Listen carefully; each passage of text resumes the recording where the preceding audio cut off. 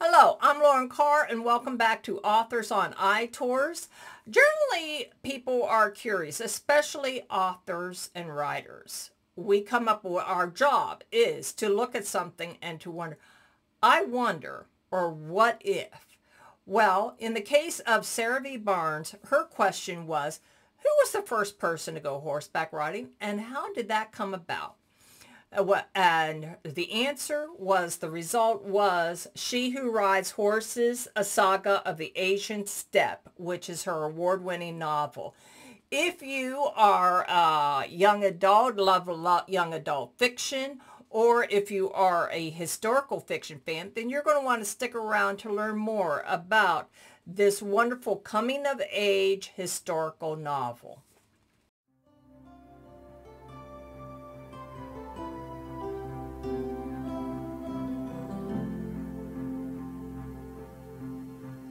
Hello, this is Lauren Carr, and welcome to Authors on iTours, a podcast devoted to authors, book bloggers, and other book lovers alike.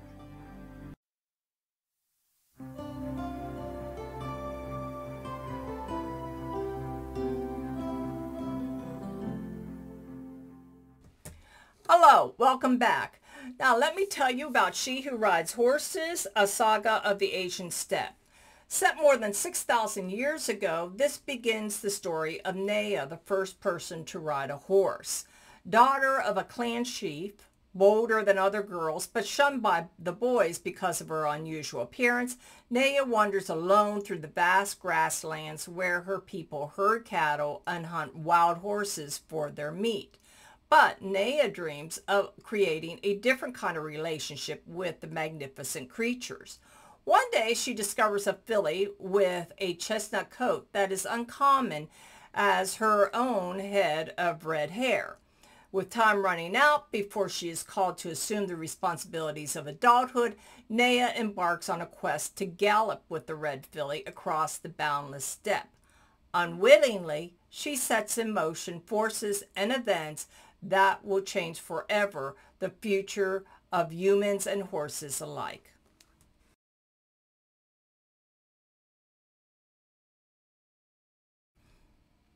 Hello, welcome back. Now let me tell you about the author of She Who Rides Horses. Sarah V. Barnes, PhD, is both an historian and horsewoman.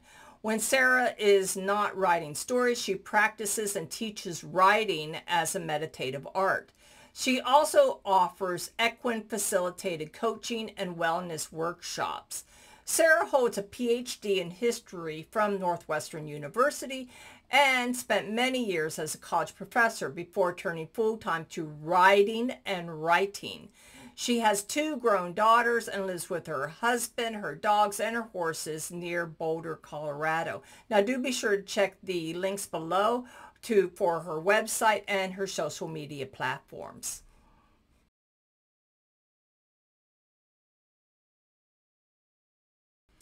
Hello, welcome back. And now for my review of She Who Rides Horses, A Saga of the Ancient Steppe.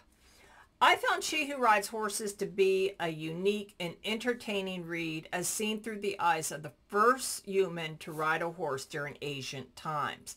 I found it to be a great book for young adults interested in coming-of-age stories with a unique historical setting, which is 6,000 years ago.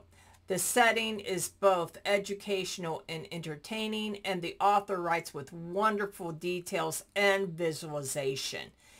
It was a wonderful pleasure to be transported back in time by 6,000 years and meet the strong-willed and determined daughter of a clan chief, Nea.